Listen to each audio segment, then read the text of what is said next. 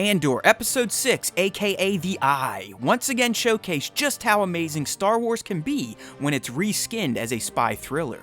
Like Episode 3 before it, The Eye managed to maintain a high level of tension from the moment it started until the moment Luthen realized the rebellion has effectively introduced itself to the Empire.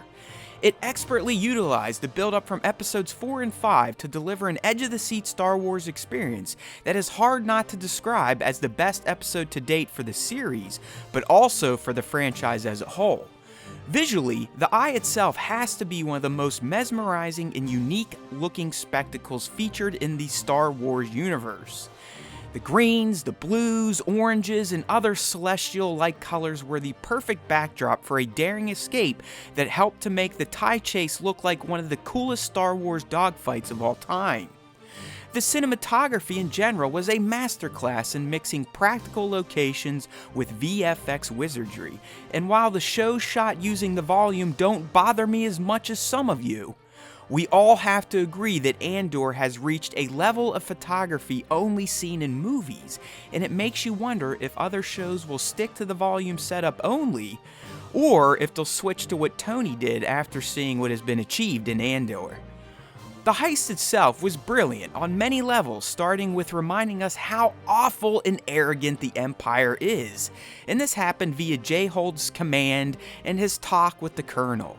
But it also shined by reminding us that the rebels, our supposed good guys, are willing to do some dark and heinous things to get the job done in the name of freedom. I mean, they kidnapped a mother and son at gunpoint, which is something you aren't used to seeing by this faction that takes down the Empire in a few years' time.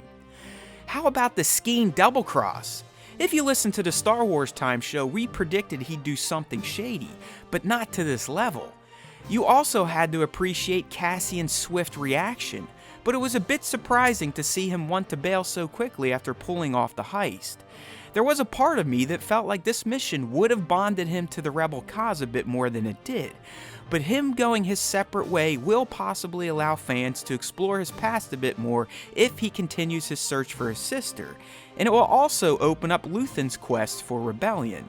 So I expect to see Saul's partisans in the next arc while Cassian figures his stuff out and Luthen puts the rebel cells into overdrive. Don't worry, Nemik's manifesto will bring Cassian back eventually. He just has to experience a bit more pain and loss at the Empire's hands first. And now for the top moments. The entire discussion between Gorn, J-Hold, and the Colonel is easily one of the best scenes ever at relaying just how awful the Empire is, as well as those who embrace it for power. The giddiness they showed in knowing they've reduced the Donny Pilgrims from 15,000 to 60 was sickening, not to mention the fact that they joked about using them as slaves to give them a chance to return to their sacred grounds after the Empire turns it into an airbase.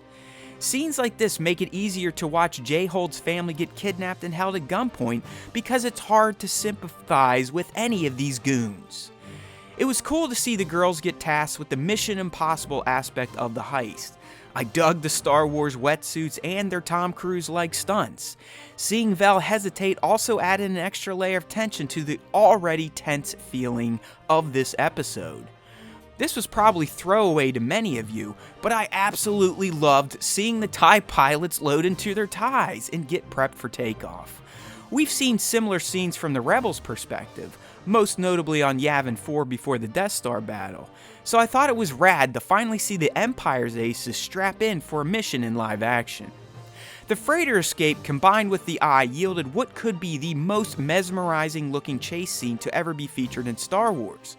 The visuals alone were a treat, but then you factor in the dangers of the escape, Nemik being critically injured and giving us a callback to K2's climb moment, the Eye taking out TIEs, and you ended up getting a damn near all-around perfect Star Wars scene. While Skeen's betrayal wasn't that surprising, how it went down definitely caught me off guard, and I dug the surprise. We speculated on our show he'd try to screw Cassian at some point, or he'd get killed trying to screw him before the mission was complete. I did not predict that he was actually a legit nerf herder who always planned to screw Vel's team and walk away with the cash. The cherry on top was having Cassian waste him without thinking, once again showing us how ice cold he can be, but also showing us that while he's no rebel yet, he's not a backstabbing piece of crap either. Him getting the manifesto is no mistake, as it will be the impetus for his return to the rebels after he figures out that's his purpose. Finally, one had to appreciate the reactions to the heist on Coruscant. Seeing the ISB calling an all-hands meeting to the Senate getting disrupted mid-Mothma speech really sold how big of a deal this heist was, and how it will fundamentally shift the Empire's reaction to future rebel activity. Don't forget about Luthen's laugh of relief either. It was cool to see how everyone else on Coruscant, at least the Imperials, were disturbed or shocked by the news, but in Luthen's case, he was elated because he knows his fight with the Empire has now been thrust into the next phase, eventually leading to the full Rebel Alliance mustering on Yavin 4. Make sure to tune into the next episode of Star Wars Time Show, in which myself and my co-host Nick will fully break down the eye and give our thoughts on it as a whole.